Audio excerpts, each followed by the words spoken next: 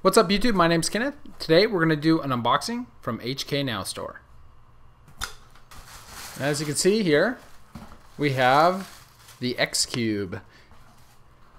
So here's the X Cube, and as you can see, it is a Calvin's puzzle, and it is part of the same series that the 3x3x5 came from. And so anyway, I'm really excited to get into it. So here's the X Cube from Calvin's Puzzles, and you can see it's a really cool looking puzzle. It turns quite uniquely. It comes from the same lineup of puzzles as the 3x3x5 does, so it kind of has the same similar internals as that one does. Anyway, I'm really excited to play with it and see how hard it is to solve. I bet you there's some challenges that aren't apparent on just the 3x3x5, so I'm really excited to try it out on the X Cube. So anyway, I'm going to play with it for a little bit and I'll get back to you guys. So it's been a couple days and I did get to play with the X Cube quite a bit, and anyway, I'm very happy with this puzzle. One of the first things I did was I lubricated it, and that helped tremendously. So the turning is it's wonderful. It's really great. I don't have much complaints. One thing that was a bit annoying is you'd be solving it in the middle of an algorithm or something like that, and these edge pieces would pop out and fall out, and you, of course, in the middle of an algorithm, you don't want to stop or you'll lose your place in the algorithm, and another one might pop out, and they just would pop out all the time, and then if multiple ones popped out, you might not know which one goes where, and that got very annoying. So what I did was I actually super glued all of them except for this one, and I want to show you how I super glued that, so you're seeing that now.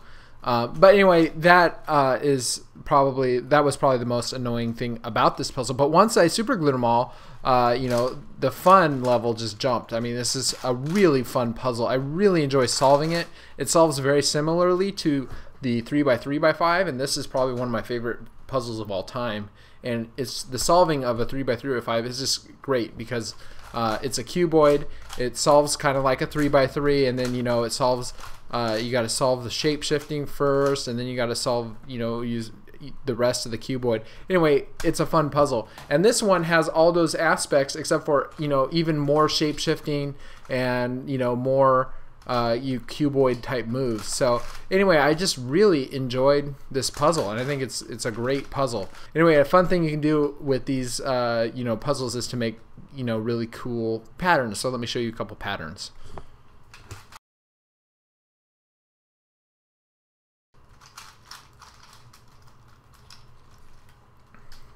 So here's one of my favorite patterns. This is a snake pattern, and the snake travels through the puzzle and comes out, and anyway, it's a cool pattern, so I like this one a lot. Now you can also do the same exact pattern, but have it not kind of shapeshift. So let me show you that right now.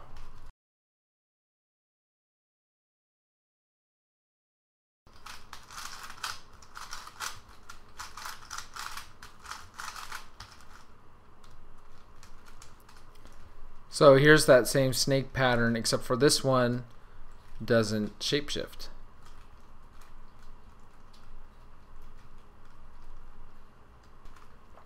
Of course, you can also do a cube and a cube.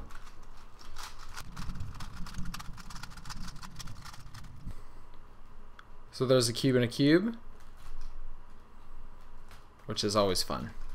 And you can even do a cube and a cube and a cube. Let's do that.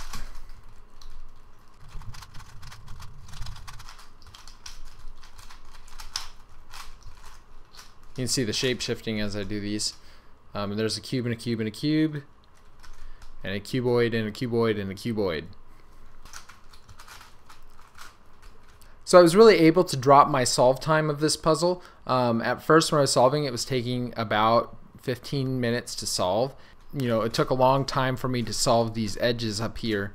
And then I came up with a much better way of solving these edges, and it dropped my time dramatically.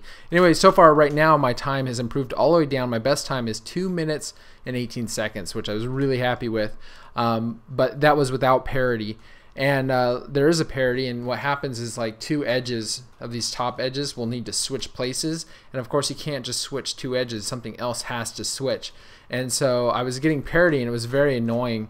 I figured out a way to solve parity, but what happens is it'll screw up a bunch of the puzzle, and then I'll have to resolve a lot of the puzzle, but I know the second time around I won't hit parity. So it's a complete solution, but I could really use a better parity algorithm. So when I don't get parity, I can solve it, you know, on average close to like 3 minutes, maybe a little more than 3 minutes.